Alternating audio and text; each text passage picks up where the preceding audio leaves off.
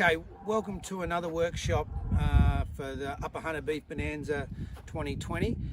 Thank you very much to Waverley for helping us put on these days, and with their support for the Bonanza is really appreciated.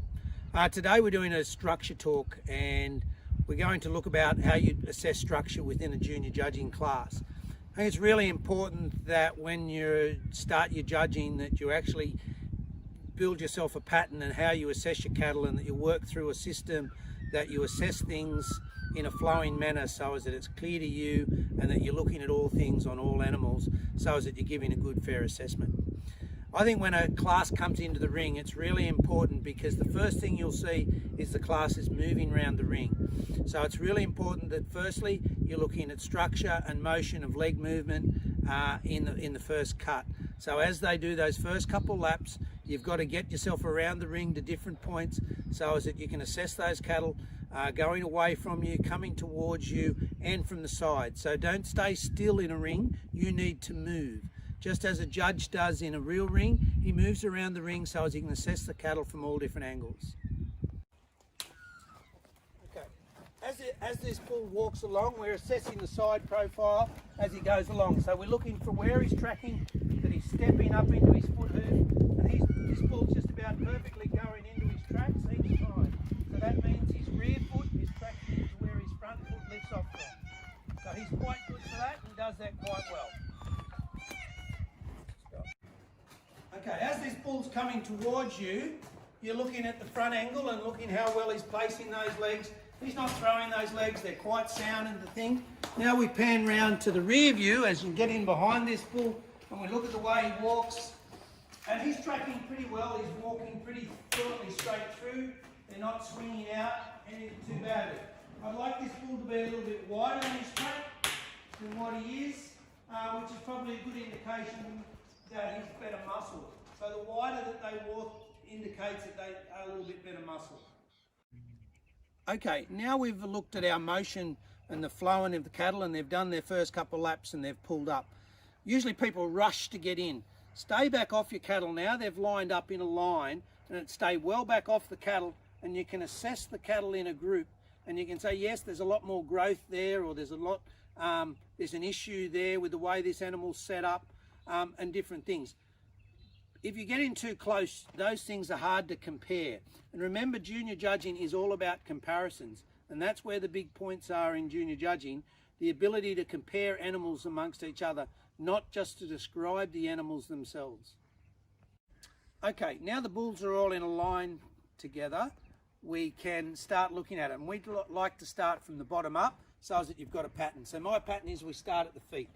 When you're judging a bull class at most events, they're already probably 18 months, 2-year-old. So the stud masters have normally culled the ones that have got bad feet, testicle problems. So don't get too wrapped up usually in feet and testicles in a bull class at a show, because they're usually pretty well sorted. What you're assessing usually is growth, weight for age, and other traits within the cattle. We look at this bull here though, we've got some nice feet.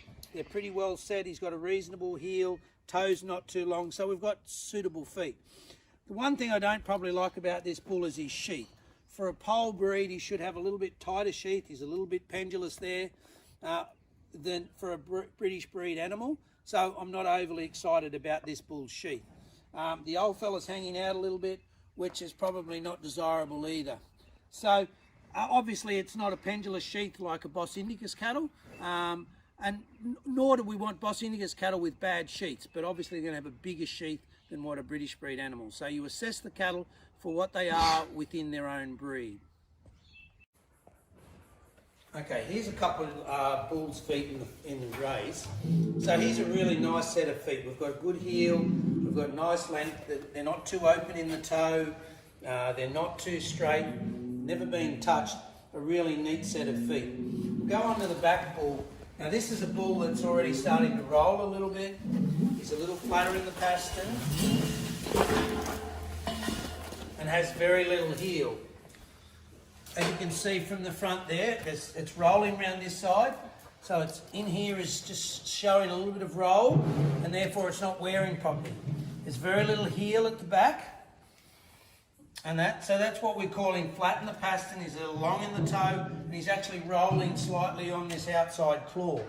His other offside hind isn't near as bad as this side, and it's probably not at a point where this bull's going to break down, but long term it is an issue on this bull and probably something that's not desirable.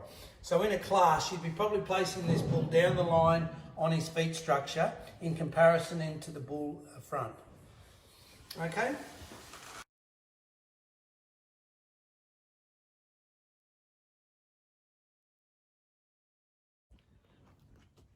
Okay, we come around to the front now. We're looking at the head. We're looking for a nice, broad, strong head in a bull, and we want a nice, big, wide muzzle. He's not going to really cooperate on us there. You're there, front's up again there now, so a nice, strong muscle. We also like to be able to see the jaw from the front there. So if you can just see a little bit of the bottom jaw, that's desirable, that he hasn't got a weak jaw. So it's really important to have strong heads and jaw. It's just a masculinity sign, and a good structure sign to have a broad muzzle, because they can eat more in every mouthful, and it's easy for them to maintain condition, particularly when the seasons get a bit tough. Okay, now we start to look at body type and shape. Okay, so we've got a pretty well balanced bull here. We've got a reasonable smooth shoulder, so he's not too prominent in the shoulder, and I'm talking about through this area here.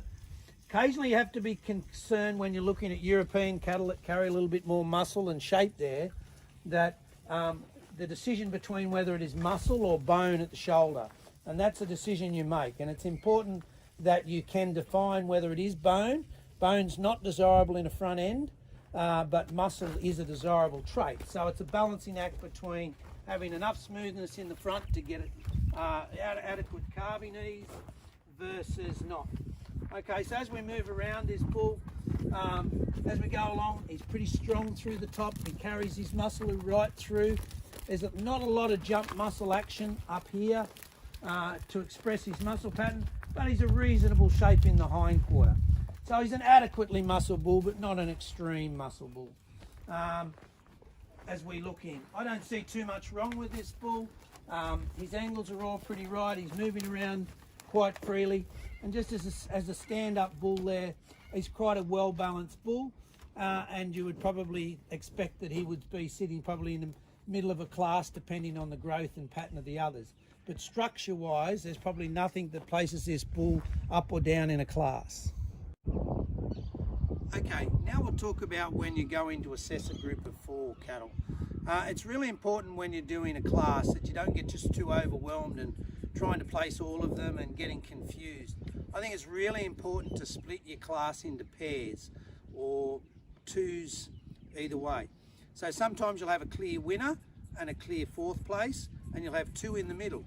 And the big decision's only going to be how you place the 2 in the middle. Sometimes you might have 2 at the top and 2 at the bottom. So again, you've split them into pairs and you make it quite simple. So you work on your top 2 first, how you're going to place those, and then go on to the decision how you're going to place the other 2. And that takes away of trying to do all 4 at once and getting confused. We'll now go on to a group of sort of 12-month-old crossbred heifers here. We've got a bit of variation in the class, but not a lot. But I think we've got a clear class as we look at these cattle. We'll let them walk around a little bit. It's not easy when you've got a pen class, and that's what you often get now at some of the shows. You'll have cattle in a pen that you've got to assess. So I'll try and get them to come through singly.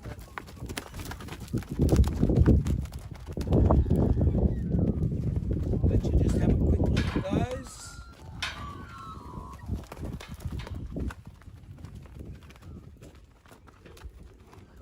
Now, as I've looked at these cattle, and obviously I've spent a little bit more time than you have at looking at these cattle, I don't think there's too many issues as far as feet and leg issue. I think they're all quite sound.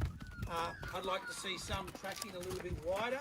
A couple of the heifers are a little narrower in the hind quarter than the others. But immediately I do think we have a 2 thing, and if these 2 big heifers come through, I think we've got 2 big heifers that lead the class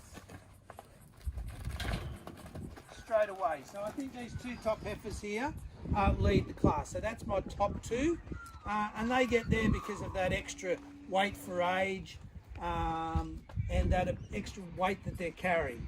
Okay, it's really important that we wait for age because we get paid on kilos. So the quicker you can produce those kilos, the quicker you're making money.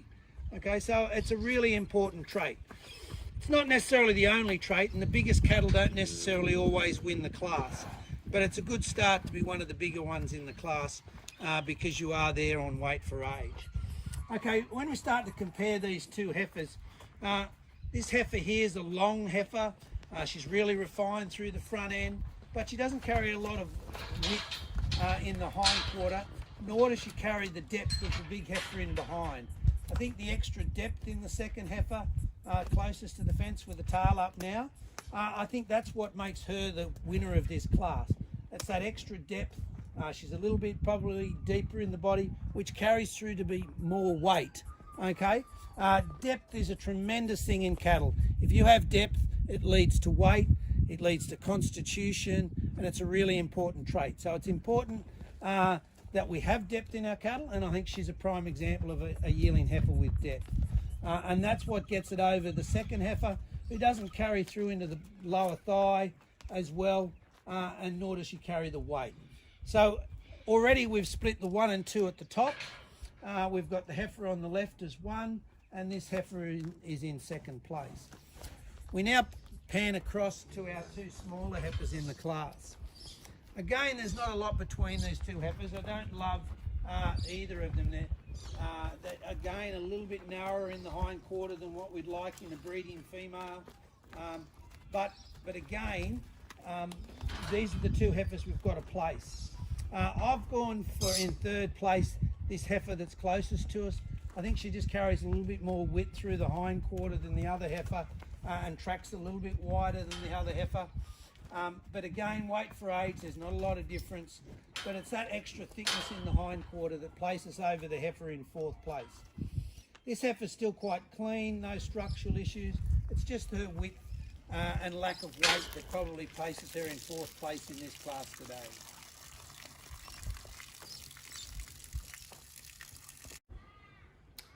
Okay, we actually don't have a pen of steers here to talk about today, but all I'll say about steer judging, I find it very simple.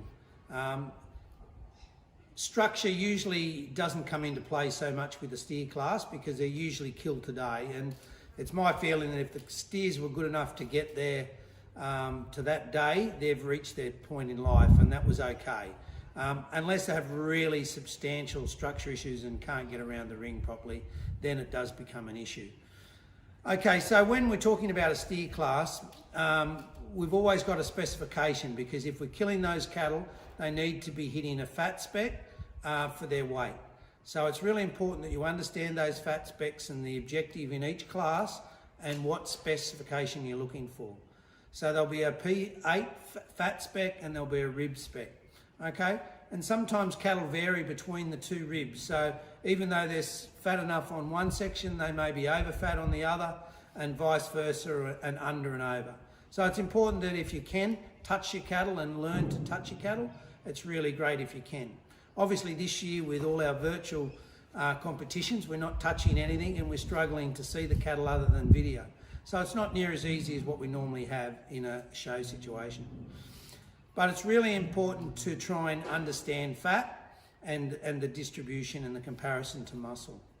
Okay, when it comes to hanging up a carcass, we need all those things to be in a line. So we also need our fat distribution. So that's an even fat cover right through the body, because that comes into consideration. And as do things that we can't see from the outside, such as marbling and ossification, which is the maturity of the animal when it hangs up on as a carcass. So it's really important that we get a balance of all of those things. So as a judge, you're trying to assess those things, but basically at your level, most of the things you're trying to assess is muscling and fat. So as a general rule, the best muscle steer in the class wins if its fat specifications meet the criteria. That's as basic, simple for your class winner. And then what it comes down after that is the balancing act between the steers that may be in specification but have no muscling, or the steers that have lots of muscling but probably aren't in specification. So where do you place those steers? And that becomes a personal preference. And that becomes whether you think yield's more important than fat, and you've got to balance that up. I probably lean on the yield side of things. I think a slightly under fat steer will probably improve your profitability because of the extra weight yield. But that's a personal opinion. A lot would go with the fat because if it's not in the specifications, you're not going to get paid the top money either. So it is a balancing act, and understanding your grids in a commercial situation and understanding how you get paid for your cattle is really important. And that's the life skill of what we learn as judging cattle. We talk about judging, and I think it's the most important part of what we do at our youth programs, because it's a life skill that you have. You can go home then and help mum and dad assessing cattle at home if you've got your own cattle. And it helps that when you're sending cattle to the abattoirs or to the market, that you're placing them in the right market, that you know that they've got adequate fat cover and what sort of carcass yield they're likely to produce, so that you can work out which part of the grid you're likely to hit and if you think there's enough profit there. So it's really important that we do this junior judging as a life skill rather than just a competition, because what you get out of junior judging is a skill and it will remain with you for life, and it is really an asset for you as you go through. So thanks again for being involved in the Upper Hunter and Waverley supported beef bonanza this year. It's been very different for us, and we apologise that we're not running competition this year, but we hope that you all come back and join us in 2021.